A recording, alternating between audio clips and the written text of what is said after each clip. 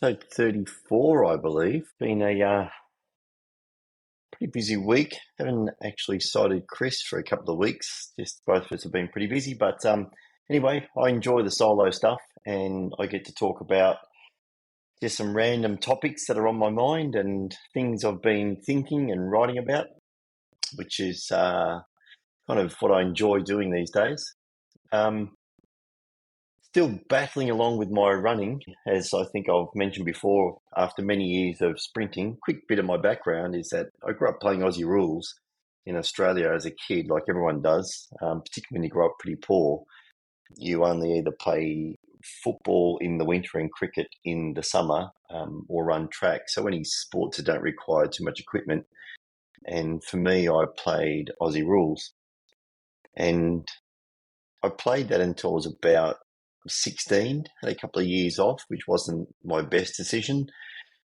Started doing more gym training, stayed pretty fit still, probably didn't have the overall fitness I had playing football, but got very strong, put on about 8 or 9 kilograms, about 20 pounds for those people around the world, and especially in the US. And then went back to football, tried to get picked up in the AFL draft in Australia and missed out, and then went off and played country football for about 8 or 9 years, which is quite a good standard here in Australia because there's small country towns with a half reasonable population. Local community gets really behind their football sides. And then once that career finished, I went back to track. I'd always loved track, and I used to run one day a week at my local track. Actually, I used to go down and just do it for football. I recall I used to run 400s on the minute or on the 2 minutes and just, go down and run 10 400s on my own. And someone walked over to me one day and said, "What do you actually do?" And I said, "Oh, I still play football." And I'm like, "You run pretty well." And I said, "Yeah, I just try and keep fit and bit of speed for football." So that the end of that year when I finished and technically retired, I was about 28. I went back to track, and that was in Victoria, and we run a lot of grass running down there. So that was really good. And then I moved to Sydney and continued running track up here. Joined a masters squad. Went on to run under a very good coach for about 10 years. Did pretty well.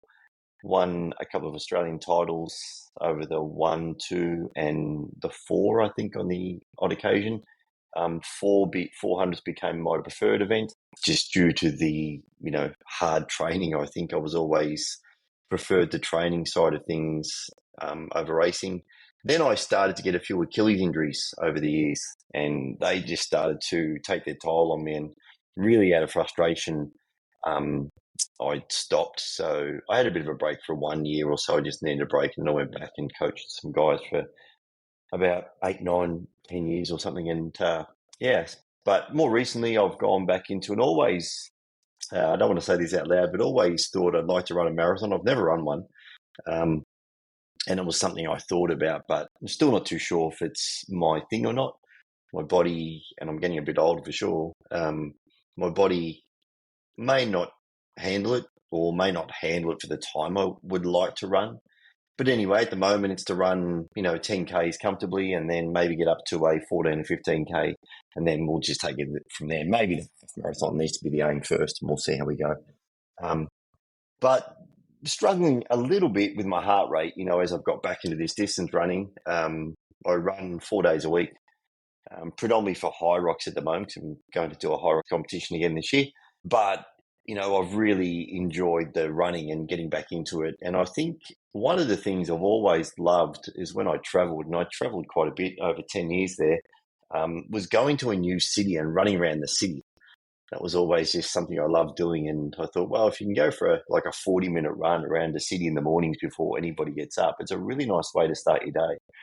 And I recall being in Italy one year in Florence, actually, and I'd get up every morning and go for a run and stop at the same cafe. And, after the second or third day, they see you walking in and they put your espresso on the bench and have, a very limited conversation in my very few Italian words and their broken English. But so I really love that part of running. But I'm thinking about joining a running club. I'd like to get a bit more social and meet some friends and some people I can run with during the week.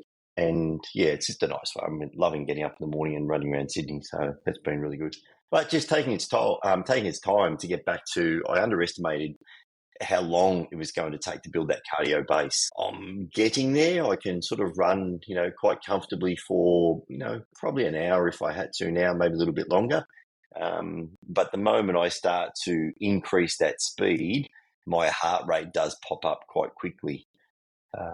So I think the plan is at the moment, and I'm also losing weight because I haven't been able to train that hard in the gym. And it's one of my first world problems is that I can shed weight pretty quickly, and that's kind of happening at the moment. So I think once this High Rocks is done, I think the plan will be to just having a bit of a technical problem at the moment. The plan will be to go back to some heavier weight training and running at the same time. So, getting, I suppose, what people are referring to now as this hybrid style, which I think really suits me.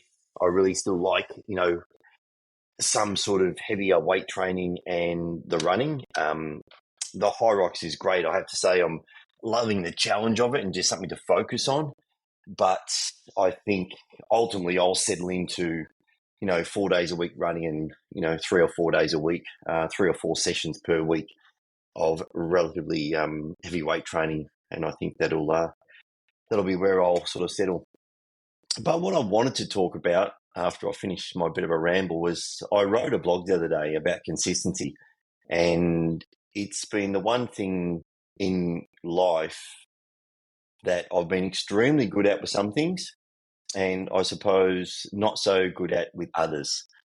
And I really believe if you want to be good at something, it's just about consistency. And I read a really good statement the other day about, you don't need to be an absolute expert in anything, but if you stay consistent in the same area for long enough, you'll end up probably in the top 10%. And if you really go for possibly 10 years or longer, you'll probably end up in the top 1%, because the majority of people just peter out and burn out. I also read that I think if you record more than 10 or 30 podcasts, I think it was only 10 podcasts, whatever the number is, I can't recall, but you're in the top 10% of podcasts episodes.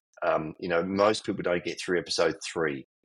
So, it doesn't take much. I don't have many downloads just yet. I'm still figuring this space out, but I'm at episode 34, and I see a little bit more momentum coming on that space. I think as I get better at the recording, I get a few interviews on, definitely my interviews have actually done better.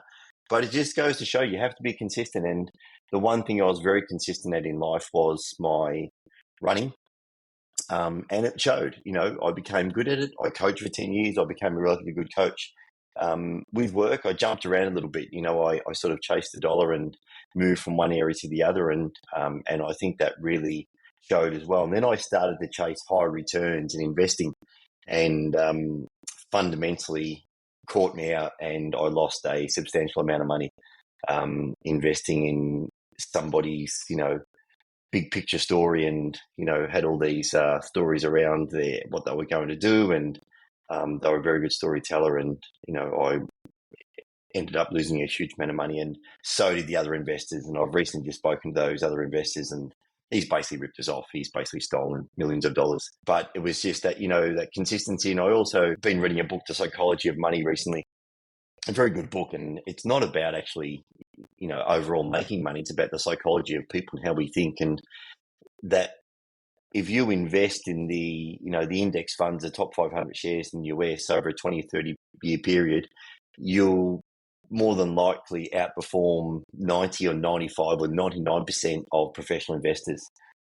It's very difficult to actually do extremely well in these markets by picking stocks, where you put your money in an index fund and, 9 or 10% return over a long period of time, and watch that compounding effect. And compounding interest is amazing. Once you get a bit of momentum, just how quickly it goes up. Warren Buffett apparently made 90% or 95% of his wealth after the age of 65.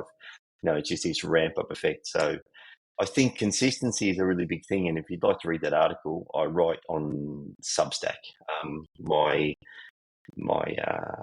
it's Hyrox at Substack or Hyrox.substack. If you just Google Hyrox Hub at Substack, you'll find that article. But yeah, it's just about consistency. And two articles, and well, one was a book I read recently, was Atomic Habits by James Clear, and the other one was a video, a YouTube by a Harvard lecturer, Graham Weaver. And both are extremely good, and I'll put links. There's links in the newsletter that I wrote to both these articles and the book. And yeah, James Clear talks about doing, a 1% improvement every day will give you a 37% improvement over 12 months. And you just think about that, just doing something 1% better every time. And I'll just read what he says as part of his book here. Incredibly, if you can get 1% better every day for a year, you'll end up 37 times better by the time the year is up. A slight change in your daily habits can guide your life in a very different destination. However, as Atomics author James Clear says, the change is almost unnoticeable on the day. So yeah, I thought that was a pretty amazing thing, and it's I'm applying that to my running and my changing direction in my fitness at the moment. If I just consistently just keep getting up, and I've self-coached for many, many years, and I actually know how to write a reasonably good training program, and even just using my track philosophy around training blocks, I could write a relatively good 10K program with a bit of studying, a bit of looking, a bit of reading. But I've chosen to follow a 10K program on the Garmin coaching app. I wouldn't say it's perfect, but it's very good. And for me at the moment, it goes back to that having a coach in your life and not having to think about things and having that consistency, just getting up. And I know that on, Mondays and Tuesdays I run, Wednesdays is a day off, Thursdays I run, Friday's my day off, and Saturday's my longer run. And it's just so easy to follow along. So I really think it's a big part. And it's one thing that a lot of people, or majority of people out there, don't like, is just doing those consistent things. I think, we get up and drag ourselves to work every day, a lot of people reluctantly, and they see it as a chore because they're not doing something they really enjoy. But if you want to make change, it's maybe coming home each night and, writing a newsletter. And it doesn't even have to be with the aim of making money. Just start writing. If it's something you want to do, if you want to play piano, just start playing. If you want to actually, learn about a topic, just go and buy a book and just start and just do a little bit every day. And you'll see over 12 months time just how good that becomes. And, there's someone in my life at the moment I've seen do this. She became a personal trainer 6 years ago because she just loved training. She's a beautician by qualification, but she wanted to do more PT stuff. She was just so into her fitness. And over that period of time, just consistently chipping away, no marketing whatsoever, she's now got 45 clients per week and personal trainer. It's literally overtaken her life. She's got so much work, she doesn't know what to do with it. So she's just consistently chipped away day in, day out, and 5 years, and she's turned it into a substantial business that she's probably going to close down her beauty salon.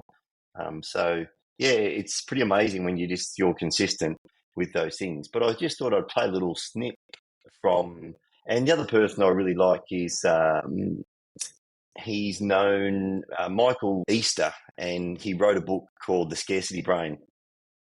And he talks about, we do things for comfort too much these days. And Graham Weaver talks about the same thing in his Harvard lecture, that, we've got these addictions and these things that we go to. We spend so much time. I think, the average person is spending 13 hours per day on a screen.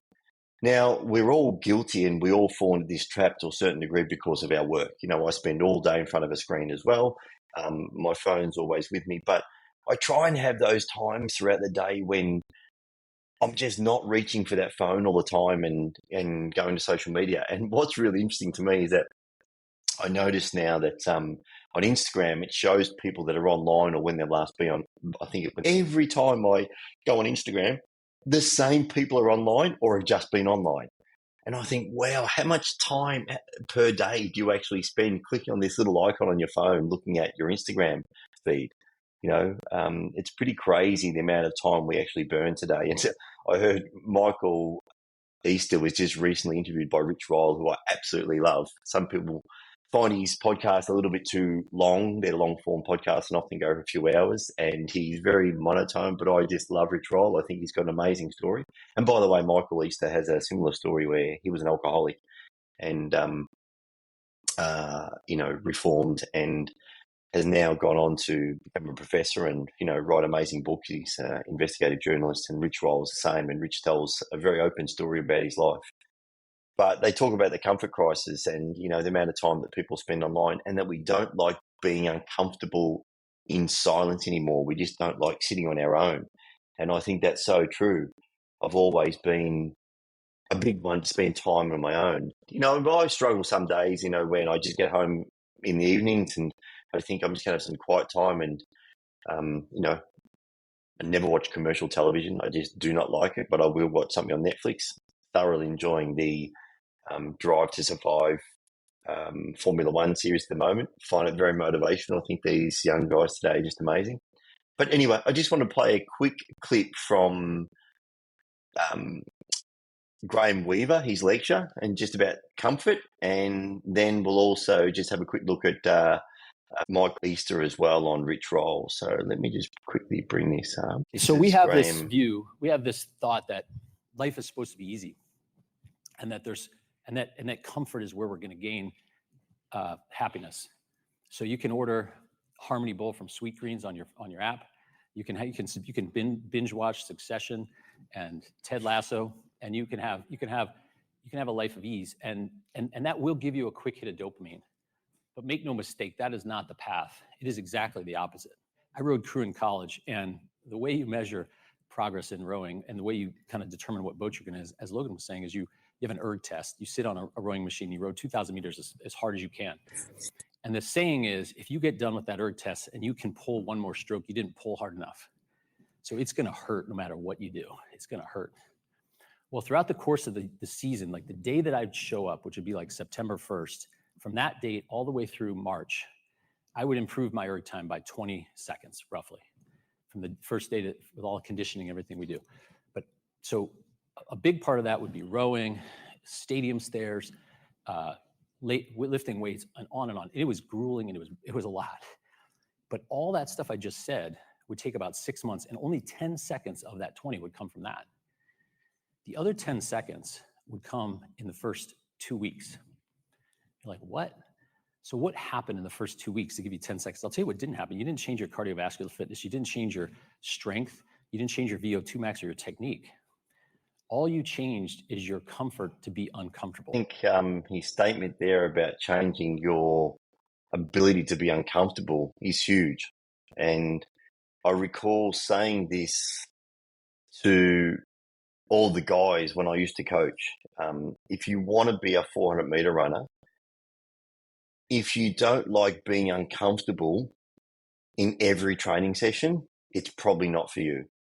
As a sprinter, you turn up, your speed sessions running 60 meters out of the blocks are quite comfortable, and they actually feel good. You get a big adrenaline hit, you get, the big endorphin rush, you get leg fatigue, but your cardiovascular and that sort of lactic buildup is never there. But as you just heard Graham saying that, rowing 2 kilometers on a ski erg, you ain't going to be busted up. That's going to hurt. I did a 30-minute or actually 20, 25-minute high rock session last night, and my heart rate peaked at 184. I was having 1 minute rest between rounds, but I had to get out the 2-minute rest. It starts to hurt. The pain starts to build up, and the first thing your brain says is that I want to stop. So I think that's a really good, point that he makes about our brain is just looking for comfort all the time.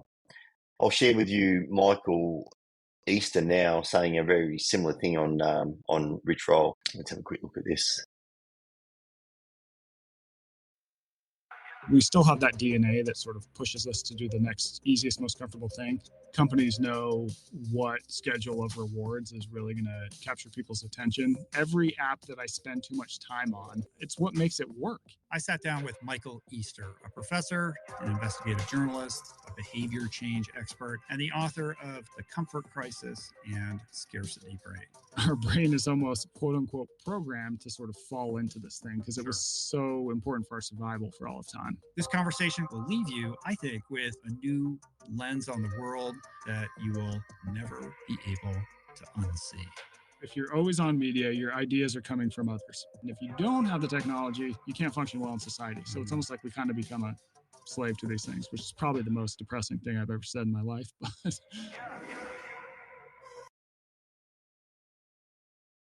So I think also interesting, right? And we are in this yin and yang situation where technology allows us to, do things like this now that I really enjoy, giving a podcast and putting my information out there, my ideas and thoughts, and writing a newsletter. And I've got technology and I can actually distribute this so quickly now compared to once upon a time, was the only opportunity was via a physical newsletter in the mail.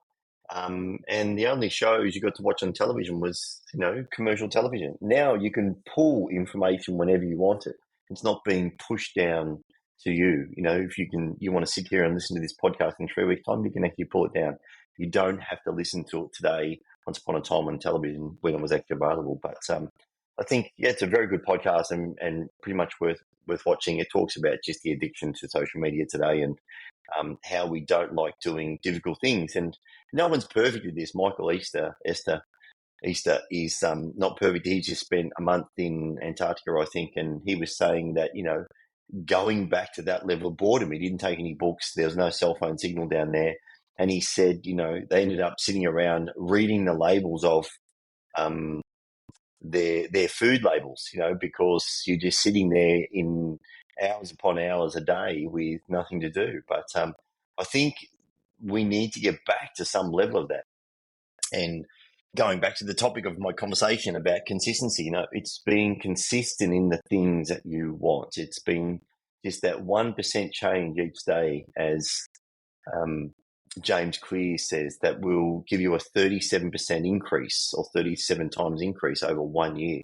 That's pretty amazing. You start just walking 1% more every day, and by the end of the year, it's 37 times greater. So I think two really good resources to go and have a look at. Graham Weaver on his Harvard lecture. It's a great lecture. Super intelligent guy. Yes, he's an investment banker, but he's really calm and his information is just amazing. It's more life information and about psychology, and also that interview on Rich Roll. And I also highly recommend the book Atomic Habits by James Clear. And if you're interested, jump on my newsletter, High Rocks Hub. It's on Substack. Just Google High Rocks Hub Substack and you'll find it straight away. But until next time, have a great week. And 1% better every day. Bye for now.